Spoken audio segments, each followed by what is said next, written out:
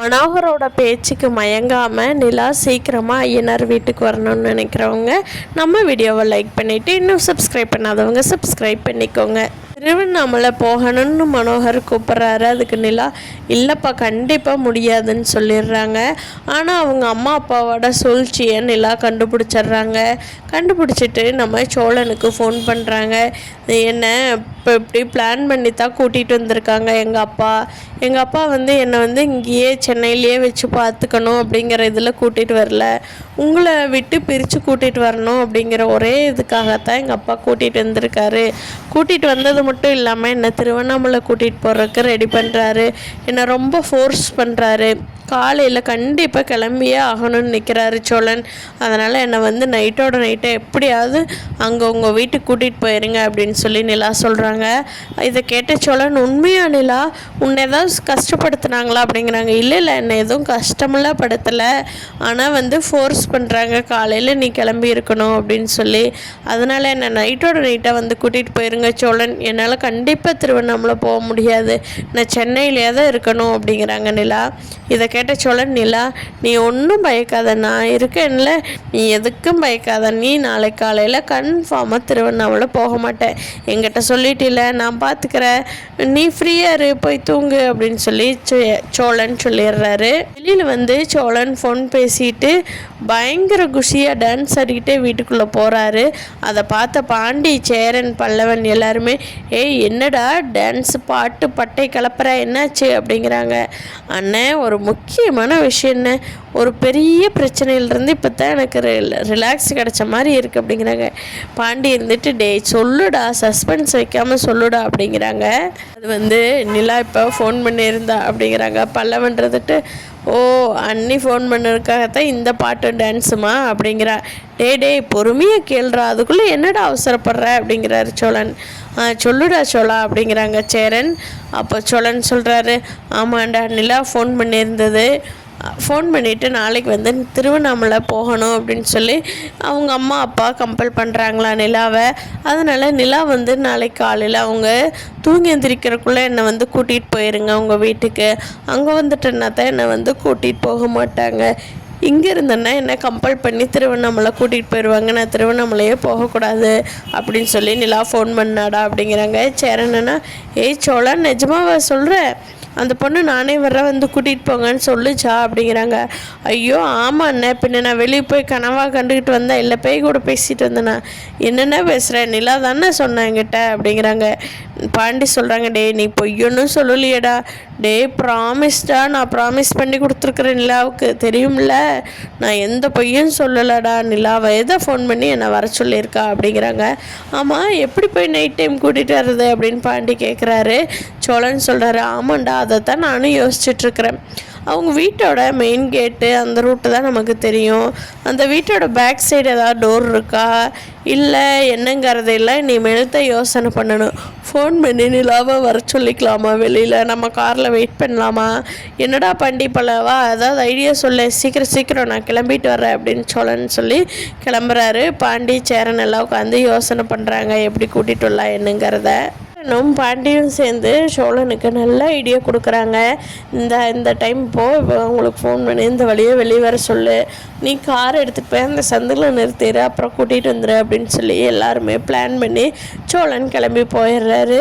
போகும்போது நிலாவை கூப்பிட்றாரு. நிலா இன்னொரு 10 மினிட்ஸ் போய் நான் ஃபோன் பண்ணுறேன், அப்போ நீ கேட்டில் வெளியே வந்துட்டீன்னா ஓகே, அங்கே வாட்ச்மேன் யாரும் இருக்காங்களா நிலா அப்படின்னு சொல்லி கேட்டு அந்த டீட்டெயில் எல்லாம் வாங்கிக்கிறாரு. அந்த வாட்ச்மேனை எப்படி டைவர்ட் பண்ணி விட்டுட்டு நிலாவை கூட்டிகிட்டு போகலாம் அப்படிங்கிறதுல கரெக்டாக இருக்கார் சோழன் யோசனை பண்ணி வச்சுக்கிட்டே. சோழன் அவங்க வீட்டுக்கு பக்கத்தில் போய் கார் நிறுத்திட்டு நிலாவுக்கு ஃபோன் பண்ணுறாங்க. நிலா நான் காரில் ரெடியாக இருக்கேன், நீ பேக் எடுத்துகிட்டு இந்த சைடில் ஒரு கேட் இருக்கு இல்லையா, அதை ஓப்பன் பண்ணிவிட்டு வெளியே வந்துடு, அப்படியே அந்த இடத்துல தான் நான் கார் நிறுத்தி வச்சுருக்கேன், அப்படியே வெளியே போயிடலாம் அப்படிங்கிறாங்க. ஐயோ சோழன் அது புதற மண்டி கிடக்குமே, அந்த சைடெல்லாம் நான் வந்ததே இல்லை, யாருமே வந்ததில்லை எங்கள் வீட்டில் அப்படிங்கிறாங்க. ஆமாம், அந்த வழியாக வந்தீங்கன்னா தானே யாருமே கண்டுபிடிக்க முடியாது அப்படின்னு சொல்லவும், சரி சரி வெயிட் பண்ணுங்க நான் பார்க்குறேன் அப்படின்னு சொல்லிட்டு நிலா வந்து நைட்டோட நைட்டாக அவங்க அம்மா அப்பாவை போய் எட்டி பார்க்குறாங்க. நல்லா தூங்கிட்டு இருக்காங்க.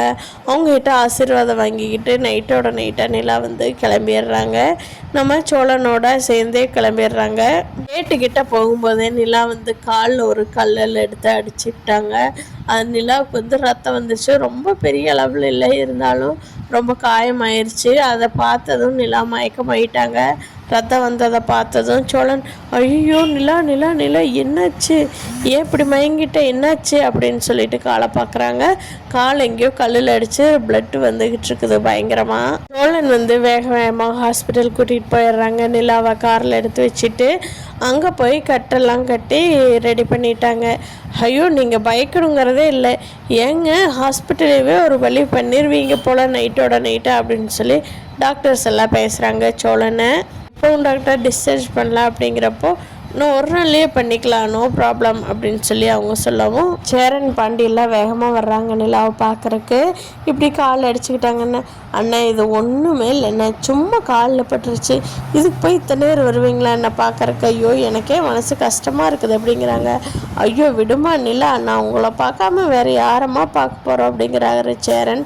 பாண்டியும் அதே தான் பல்லவன் சொல்கிறான், அண்ணி உங்களை எல்லாம் விட்டு போட்டு நான் வேறு ஏதாவது பண்ணுவேண்ணா, நீ சொல்லுங்கள், உங்களுக்கு அடிபட்டுக்கு இருக்குது அப்படிங்கிறத கேட்டுட்டு நான் வராமல் இருக்க முடியுமா அப்படின்னு சொல்லி பல்லவன் பாண்டி எல்லாமே நிலாவுக்கு சப்போர்ட்டாக இருந்து எல்லாருமே நிலாவை விட்டு கூட்டிகிட்டு போயிடுறாங்க.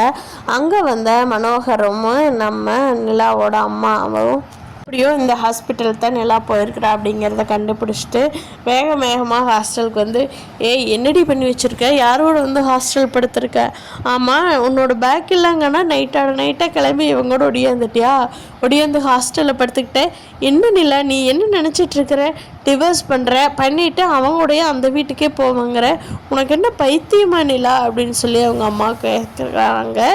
ஆமாம்மா எனக்கு பைத்தியம் இல்லை, ஆனால் உங்களுக்கு தான் பைத்தியம், நான் சென்னையிலேயே வேலை பார்க்குறேங்கிறப்போ திருவண்ணாமலை வான்னு சொல்லி நீங்கள் தான் கூப்பிட்றீங்க, அதனால் தயவு செஞ்சு நீங்கள் கிளம்பிடுங்க, நாங்கள் சோழன் வீட்லேயே இருந்துக்கிறேன் அப்படின்னு சொல்லி நிலா சொல்லவும் அவங்க அம்மா அப்பாவுக்கு ரொம்ப அசிங்கமான மாதிரி ஆயிடுச்சு. இப்போ மனோகர் வந்து, தேனு வா போகலாம், அவளுக்கா எப்போ நம்ம வீட்டுக்கு வரணும்னு தோணுதோ அப்போ வரட்டு, வா நம்ம போகலாம் அப்படின்னு சொல்லி மனோகரை வந்து தேனை கூட்டிக்கிட்டு போயிடுறாங்க. தேனு சொல்கிறாங்க நிலாவை பார்த்து, ஏண்டி அது ஒரு வீடு, அங்கே இருக்கிற பாத்ரூம் ஒரு பாத்ரூம், இவங்கெல்லாம் இருக்கிற சுத்தத்துக்கு ஏண்டி உனக்கு தலை விதியாடி அந்த வீட்டில் போய் இருக்கணும்னு சொல்லி, நம்ம வீடு எவ்வளோ சூப்பராக இருக்குது, ஏன் நிலா நீ கலீஜாவே இப்படி போயிட்ட, நீ திருவண்ணாமலையில் இருக்கிறப்போ ரொம்ப நல்ல பொண்ணாக நீட்டாக தானடி இருந்த, சென்னை வந்து ஏண்டி இப்படி ஆயிட்ட, உன்னோட பழக்க வழக்கம் எல்லாமே ஏன் இவ்வளோ மோசமாக மாறிப்போச்சு, ஏன் நிலா அப்படிங்கிறாங்க. அம்மா தயவு செஞ்சு நீ அந்த ஒன்றை மட்டுமே வச்சு சொல்லாதம்மா,